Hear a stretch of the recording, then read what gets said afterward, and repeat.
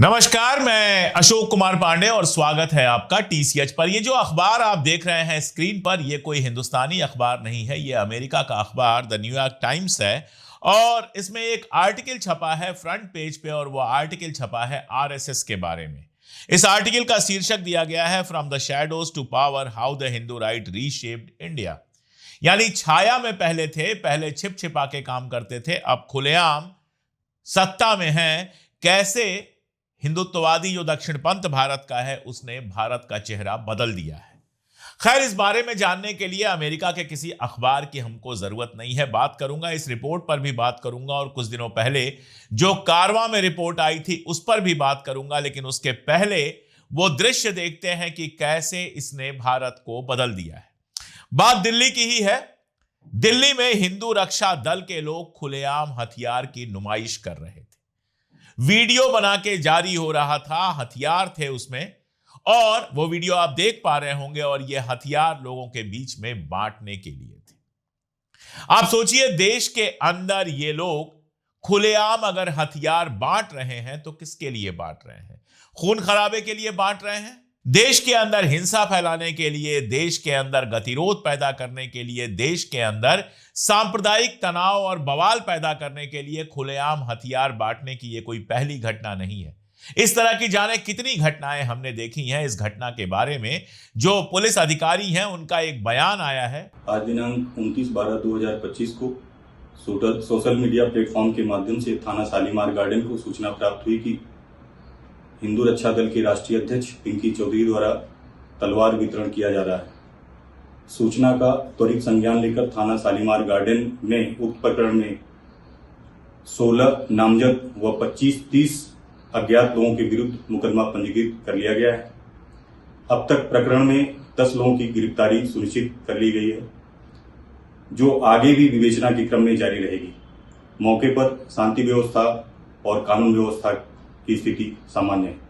बता रहे हैं कि गिरफ्तार किया गया है। अब गिरफ्तार करके कितने दिन अंदर रखा जाएगा, या फिर 24 घंटे और 12 घंटे के अंदर जमानत हो जाएगी, ये तो देखने वाली बात होगी। लेकिन न्यूयॉर्क टाइम्स का आर्टिकल जो कह रहा है कि किस तरह का भारत ये बना रहे हैं, उसकी एक तस्वीर दिखाई देती है आपको ये हथियार बांटने में। अच्छा, ये हथियार बांटे जाते हैं तो क्या कहा जाता है?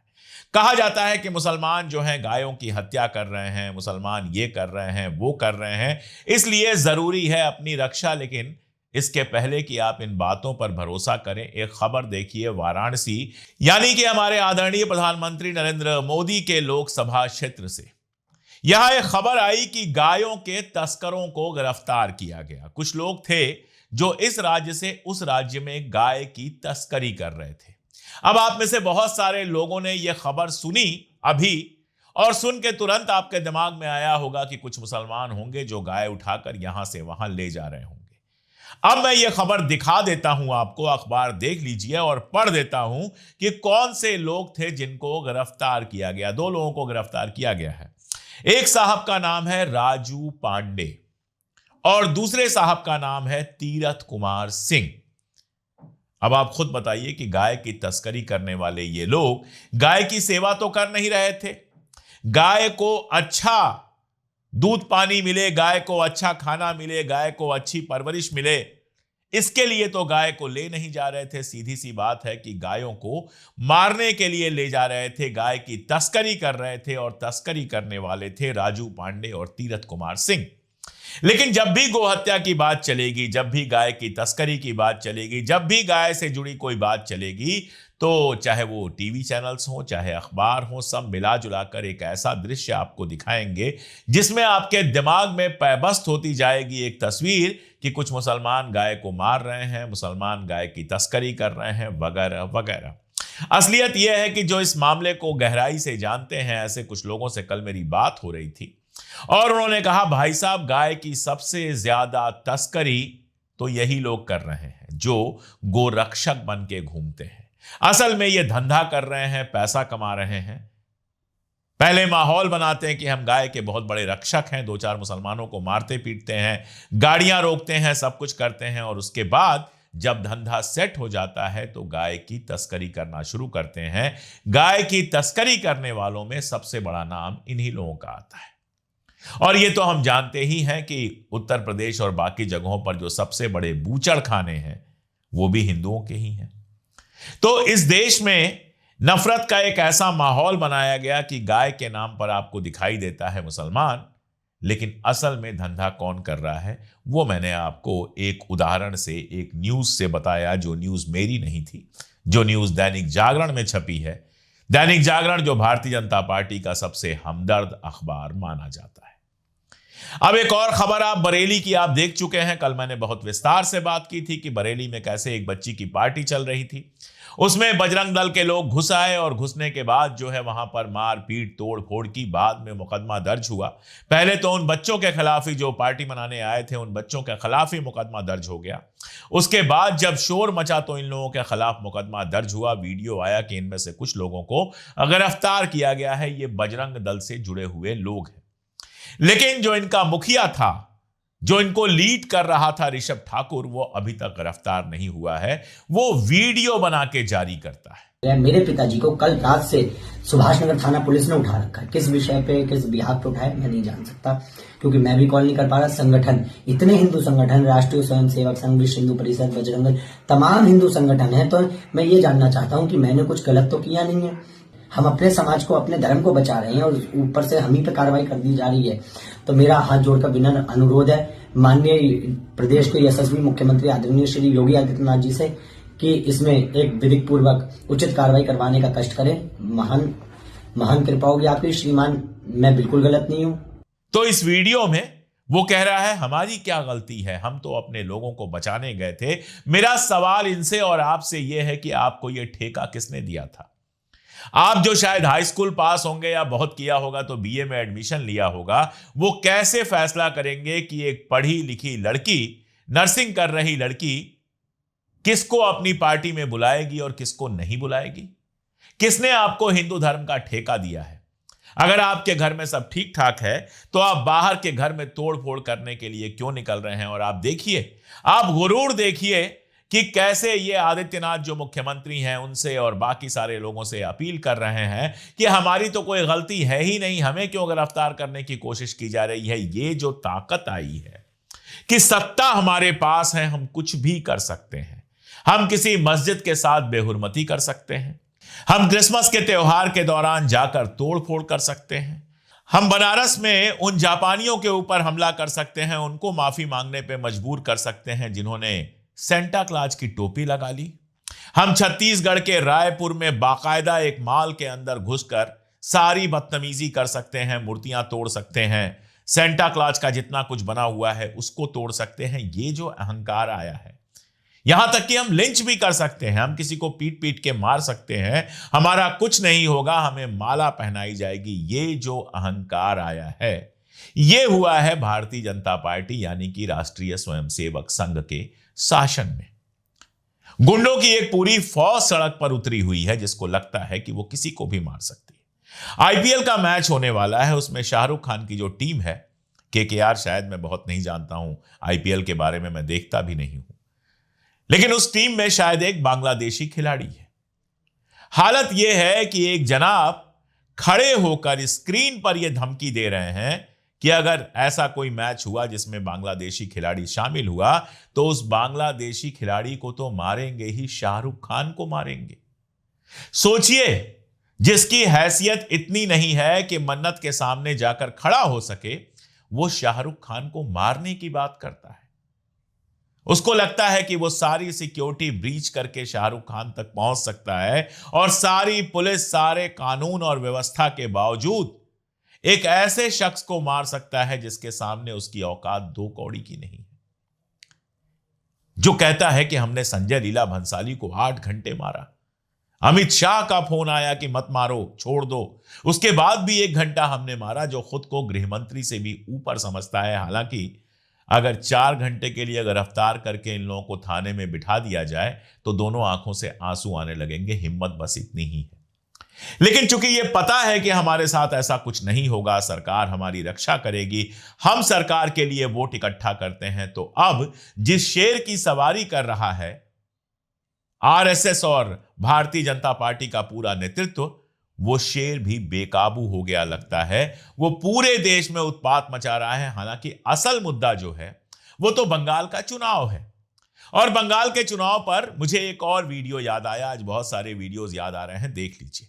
देखिए, दुर्गांगन बनाना या मस्जिद बनाना या जगन्नाथ कल्चरल सेंटर बनाना ये कोई भी सरकार का काम नहीं है। सरकार का काम है हमारे भाइयों और बहनों, युवा युवती को नौकरी देना। जैसे ममता बनर्जी बोले थे डबल डबल नौकरी होगा, इंडस्ट्री होगा। लेकिन 15 साल में हम लोग कोई इंडस्ट्री नहीं देखे और कोई नौकरी भी नहीं देखे। सब चला गया परिযায়ী श्रमिक होकर, माइग्रेंट लेबरर होकर दूसरे राज्य, भाजपा राज्य में चला गया है। तो बंगाल भाजपा की ये जो नेत्री हैं वो कह रही हैं सरकार का काम मंदिर मस्जिद बनवाना नहीं है। सरकार का काम तो है कि वो रोजगार दे, फैक्ट्री लगाए। बंगाल में यह सवाल ममता बनर्जी से भारतीय जनता पार्टी पूछ रही है, लेकिन अपने नेतृत्व से नहीं पूछ रही है कि नरेंद्र मोदी जी जब मंदिर बनवा रहे थे और राम मंदिर बनवाने का श्रेय ले रहे थे तो वो सरकार थी कि नहीं थी।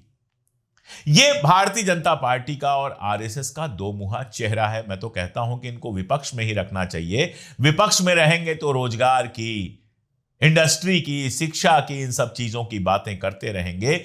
सरकार में आने के बाद तो सिवाय मंदिर मस्जिद के कुछ नहीं करेंगे, ना रोजगार, ना इंडस्ट्री, ना कुछ। आरएसएस के बारे में जो ये लेख है इसने 2-3 बातें बहुत जरूरी बताई हैं। हालांकि उसमें ऐसा कुछ भी नहीं है जो हम आपको पहले बता न चुके हों। पहली बात तो इन्होंने कहा है कि 1925 में जब यह संगठन बना था, आरएसएस बना था 100 साल पहले, तो यह एक गोपनीय संगठन के रूप में बना था। इसको बाहर बहुत नहीं दिखाया जाता था, अंदर अंदर एक षड्यंत्रकारी गोपनीय संगठन की तरह से इसको बनाया गया था। और इस संगठन की जो प्रेरणा थी वो जर्मनी और इटली से मिली थी। जर्मनी में हिटलर, इटली में मुसोलिनी। मैंने एक लंबा वीडियो बनाया था जिसमें आरएसएस और इटली के रिश्तों पर बात की थी और मैंने बताया था कि किस तरह आरएसएस के एक बड़े नेता मुंजे इटली गए थे और वहां मुसोलिनी से सब सीख वीख के आए थे और उसी तर्ज पर यहां पर आरएसएस का निर्माण किया। यह भारतीय संस्कृति और बाकी सारी बातें करते हैं, भारतीय परंपरा की बात करते हैं, लेकिन आरएसएस का पूरा विचार, पूरा संगठन, यहां तक कि ड्रेस कोड भी जो है वो इटली और जर्मनी से आया हुआ है, विदेशी है। हमारा डीएनए है ही नहीं आरएसएस में। सिर्फ ये हिंदू धर्म का उपयोग करता है समाज को कई हिस्सों में बांटने में, समाज में वैमनस्य फैलाने में। इसके अलावा भारत से या भारतीयता से इसका कोई लेना देना नहीं है। यह लेख एक बात और बताता है कि पैसा इतना ज्यादा आरएसएस ने इकट्ठा कर लिया है, अलग अलग नामों से चलता है। कारवां में जिस आर्टिकल की मैं बात कर रहा था उसने बताया था कि आरएसएस अपने आप में किसी भी संस्था के रूप में रजिस्टर्ड नहीं है, फिर भी दिल्ली में उसका इतना बड़ा ऑफिस है, करोड़ों का लेन देन होता है और इसका कोई हिसाब किताब लेने इनकम टैक्स, ईडी, सीबीआई नहीं पहुंचता है। मजेदार बात यह है कि अभी जब मोदी है तब तो नहीं ही पहुंचता है, लेकिन मोदी के पहले भी जो सरकारें रहीं उन सरकारों ने भी कभी आरएसएस को कंट्रोल करने की कोशिश नहीं की। नतीजा यह है कि इसकी जड़ें अमेरिका और यूरोप तक फैली हुई हैं। अलग अलग नामों से काम करना। रावण का उदाहरण मुझे हमेशा याद आता है, कहा जाता था उसके 10 मुंह हैं। अब आप देखिए, बायोलॉजिकली किसी के 10 मुंह तो हो नहीं सकते हैं, तो मुझे ऐसा लगता है कि वो अलग अलग बातें अलग अलग लोगों से अलग अलग वक्त पे किया करता होगा, हर मुंह से अलग बात किया करता होगा। इसीलिए एक मुहावरा बन गया होगा कि इसका एक मुंह नहीं है, 10 मुंह है, सबसे अलग अलग बात करता है। आरएसएस इसका परफेक्ट एग्जाम्पल है। सैकड़ों हजारों संस्थाएं बनी हुई हैं, छोटी छोटी। एक ही आदमी कई कई संस्थाओं का हेड है। जैसे शेल कंपनियां बनती हैं वैसे ये संस्थाएं बनी हुई हैं, अलग अलग जगहों पर काम कर रही हैं और ओवरऑल जो नेतृत्व है वो आरएसएस करता है, जो खुद अपने आप में रजिस्टर्ड भी नहीं है। और धीरे धीरे आरएसएस जो एक गोपनीय संगठन था अब पूरे भारत में फैल गया है। आरएसएस के जो मेन लीडर्स हैं वो तो मीठी मीठी बातें करते हैं, अच्छी अच्छी बातें करते हैं, इशारे करते हैं बस। लेकिन ये जो छोटे छोटे बजरंग दल, हिंदू रक्षा दल, फला दल, ढिमका दल, ये जो छोटे छोटे सड़कों पर फैला दिए गए हैं संगठन, जिसमें युवा हैं जिनकी अपनी जिंदगी तबाह हो रही है, ये सारे एमपी, एमएलए, मुख्यमंत्री नहीं बन जाएंगे। 2-5 साल तक जब काम चलेगा, काम में रहेंगे ये, फिर इनको किनारे लगा दिया जाएगा और तब इनके समझ में आएगा कि ना नौकरी है, ना रोटी है, ना कुछ है। कुछ दिन पहले एक बजरंग दल के कार्यकर्ता का रोता हुआ वीडियो आया था जिसमें वो किसी भाजपा के एमएलए के पास कुछ पैसे वैसे मांगने गया था। भाजपा के एमएलए ने उसको मार पीट कर बाहर कर दिया था और कहा था जाओ रोटी कमाओ, किसने तुमसे कहा था कि आकर ये काम धंधा करो। आप देखिए जो बरेली वाली घटना हुई है, 4 लोग गिरफ्तार हैं, 5वें के पीछे पुलिस लगी है, उसके बाप को उठा के ले गए हैं। आज नहीं कल वो भी गिरफ्तार हो जाएगा। और जब मामले इस तरह के होते हैं, हो सकता है जमानत हो जाए, हो सकता है अभी आप रिहा हो जाओ, लेकिन मुकदमा लंबा चलेगा और मुकदमा जब तक चलता रहेगा आपकी पेशी होती रहेगी, वकील को आप पैसा देते रहोगे। नौकरी चाकरी मिलने का कहीं कोई सवाल ही नहीं उठता है और जिस दिन ज्यादा मुश्किल पैदा करने लगोगे उनके लिए टेंशन बन जाओगे। मोनू मानेसर की तरह आपको किनारे फेंक दिया जाएगा और फिर भले राजस्थान में बीजेपी की सरकार आ जाएगी, मोनू मानेसर जेल में सड़ते रहेंगे। यही होना है। इनमें से कोई बहुत आगे बढ़ जाएगा, भूल जाइए आप, गया जमाना जब कार्यकर्ता बीजेपी में आगे बढ़ जाता था। अब सारे नेताओं के बेटे हैं, रिश्तेदार हैं, वही चुनाव लड़ रहे हैं। आने वाला समय उन्हीं का है जो विदेशों में पढ़ाई पढ़ेंगे, शानदार जिंदगी जिएंगे और फिर चुनाव में यहां आकर एक्टिव हो जाएंगे और आपके नेता बन जाएंगे और आप लोग जिंदगी भर यही डर्टी काम करते रहोगे और ये डर्टी काम करते करते एक दिन खत्म हो जाओगे। लेकिन धर्म का नशा ऐसा होता है, धर्म का पागलपन ऐसा होता है कि आपको एक स्पेशल अहंकार देता है। पढ़ाई है नहीं, नौकरी है नहीं, घर के हालात अच्छे नहीं हैं, तो ये जो भगवा पगड़ी बांधकर या गले में लटका कर निकलते हैं और उन जगहों पर घुस के गुंडागर्दी कर लेते हैं जहां घुसने के लिए आपके पॉकेट में पैसा भी नहीं है। ये जो है आपको एक अहंकार आपके अंदर का जो है वो संतुष्ट करता है, लेकिन चलता नहीं है बहुत लंबा। दरअसल हमारा देश कट्टरपंथ के एक भयानक भंवर में फंस गया है और यह कहने में कम से कम मुझे कोई शर्म नहीं है कि दोनों तरफ कट्टरपंथ है। दोनों तरफ ऐसे लोग हैं जिनको लगता है कि संविधान से बड़ा उनका धर्म है और जिस देश में संविधान से बड़ा धर्म बन जाता है उस देश में आप समझिए कि अराजकता परमानेंट हो जाती है। धर्म से संविधान टकराता नहीं है, एकदम नहीं टकराता है। आप हिंदू हैं, अपना शादी ब्याह पूजा पाठ अर्चना जो आपको करना है अपने धर्म के हिसाब से कीजिए। आप 7 फेरे लीजिए, सुबह उठकर आप देवी की प्रार्थना कीजिए, बजरंगबली की प्रार्थना कीजिए, व्रत रखिए, मंदिर जाइए, जो करना है करिए। हमारा संविधान आपको रोकता नहीं है। अगर आप मुसलमान हैं, नमाज पढ़िए, अपने त्योहार मनाइए, अपनी जिंदगी जो है वो सुन्नत के हिसाब से चलाइए, आपको कोई रोकता नहीं है। संविधान एकदम नहीं रोकता है। न संविधान चोटी रखने से रोकता है, न संविधान दाढ़ी रखने से रोकता है, न संविधान पगड़ी पहनने से रोकता है, न संविधान आपको सिर पर स्कल कैप जिसको कहते हैं टोपी वो पहनने से रोकता है, न संविधान ईद मनाने से रोकता है, न संविधान होली मनाने से रोकता है। फिर यह संविधान के ऊपर है धर्म, यह क्यों कहा जाता है? क्योंकि सत्ता में जो सत्ता चलती है वो धर्मनिरपेक्ष तरीके से चलती है। दिल्ली की कुर्सी पर या लखनऊ की कुर्सी पर या पटना की कुर्सी पर जो बैठे, हमारा संविधान कहता है कि वो सभी धर्मों को एक आंख से देखे, उसका स्टेट का अपना कोई धर्म ना हो। जब कोई कहता है कि हमारा धर्म संविधान से ऊपर है, इसका मतलब यह होता है कि वो चाहता है कि सेकुलर शासन की जगह पर धार्मिक शासन आ जाए। ये अंतर है, ये फर्क है। इसलिए जब कोई ये बात करे कि हमारा धर्म संविधान से ऊपर है, हमारा दीन संविधान से ऊपर है, तो सबसे आगे बढ़कर आप उसका विरोध कीजिए, क्योंकि जिस दिन सत्ता में कोई धर्म आ जाएगा क्या होगा, दुनिया भर का एग्जाम्पल देख लीजिए, आपके समझ में आ जाएगा। कोई भी धर्म सत्ता पर कब्जे की बात करने के लिए नहीं बना था, लेकिन लोगों ने धर्म का इस्तेमाल किया सत्ता पर कब्जा करने का, और उसका सबसे बड़ा कोई एग्जाम्पल है भारत के अंदर। बाहर की बात मैं नहीं कर रहा हूं, बाहर बहुत सारे एग्जाम्पल हैं। आईएसआईएस से लेकर जाने कितने एग्जाम्पल हैं। आईएसआईएस का एग्जाम्पल देखिए, सबसे ज्यादा खुद को धार्मिक शुद्ध बताने वाला संगठन, और उसने सबसे ज्यादा हत्याएं मुसलमानों की। तो जो भी संगठन इस तरह के हैं, वो संगठन अंततः उस जगह का, उस देश का ही नाश करके रख देते हैं जिसके नाम पर सत्ता में आते हैं। हमारे यहां आरएसएस यही कर रहा है।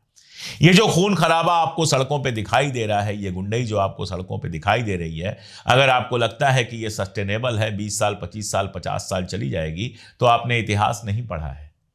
इसका असर यहीं दिखना शुरू होगा। जो देश हमेशा हर समस्या में एकजुट होकर खड़ा रहा, वो देश जब अंदर अंदर टूटेगा तो बाहर से भी कितने दिन एक रह पाएगा। और सबसे बड़ा खतरा इस समय यही है।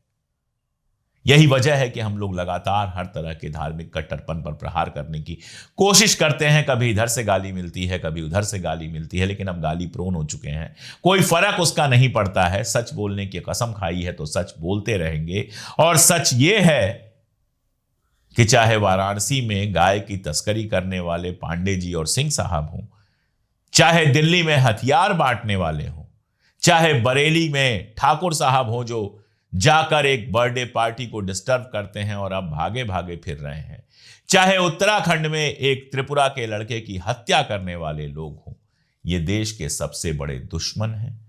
ये असली टुकड़े टुकड़े गैंग हैं और अगर इनको कंट्रोल नहीं किया गया तो देश कहां पहुंचेगा, देश कितने हिस्सों में बटेगा, ये समझ पाना, ये जान पाना अभी तो बहुत मुश्किल है। आज के लिए इतना ही, बहुत शुक्रिया। Thank